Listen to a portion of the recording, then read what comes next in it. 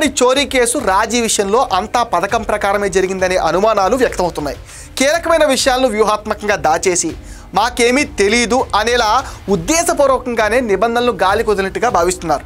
నిందితుడు రవికుమార్ ఆస్తులను స్వీకరించే విషయంలో టీటీడీ బోర్డు సమావేశం ఎజెండాలో పెట్టినప్పటికీ అందులో రవికుమార్ పరకామణి చోరీ కేసు నిందితుడు అనే సంగతి దాచేశారు. రవికుమార్ ఆస్తులను స్వీకరించే విషయంపైన 2023 జూన్ 19న జరిగిన టీటీడీ బోర్డు సమావేశంలో అజెండాలో ప్రతిపాదన పెట్టారు. రవికుమార్ అతడి భార్య రమ్య తమ ఆస్తులను 7 గిఫ్ట్ డీడ్ల ద్వారా టీటీడీకి విరాళంగా రాసి ఇచ్చేశారని మాత్రమే పేర్కొన్నారు. సాధారణ భక్తుల నుంచి స్వీకరిస్తున్నట్టుగా తీర్మానాన్ని వైవి సుబ్బారెడ్డి అధ్యక్షతన జరిగిన సమావేశంలో బోర్డు ఆమోదించేసింది.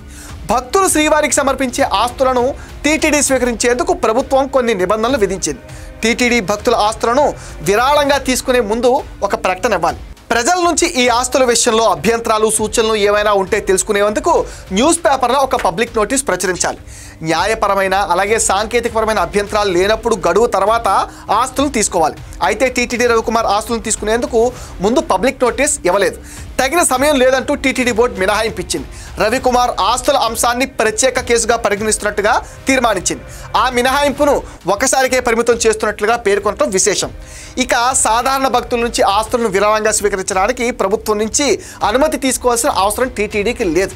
అయితే ఇక్కడ ఆస్తులు టీటీడీకి విరాళంగా ఇచ్చింది సాధారణ భక్తుడు కాదు. తిరుమల శ్రీవారి ఆలయ పరకామణిలో చోరీ చేసి పట్టుబడ్డ వ్యక్తి, క్రిమినల్ కేసు నిందితుడు.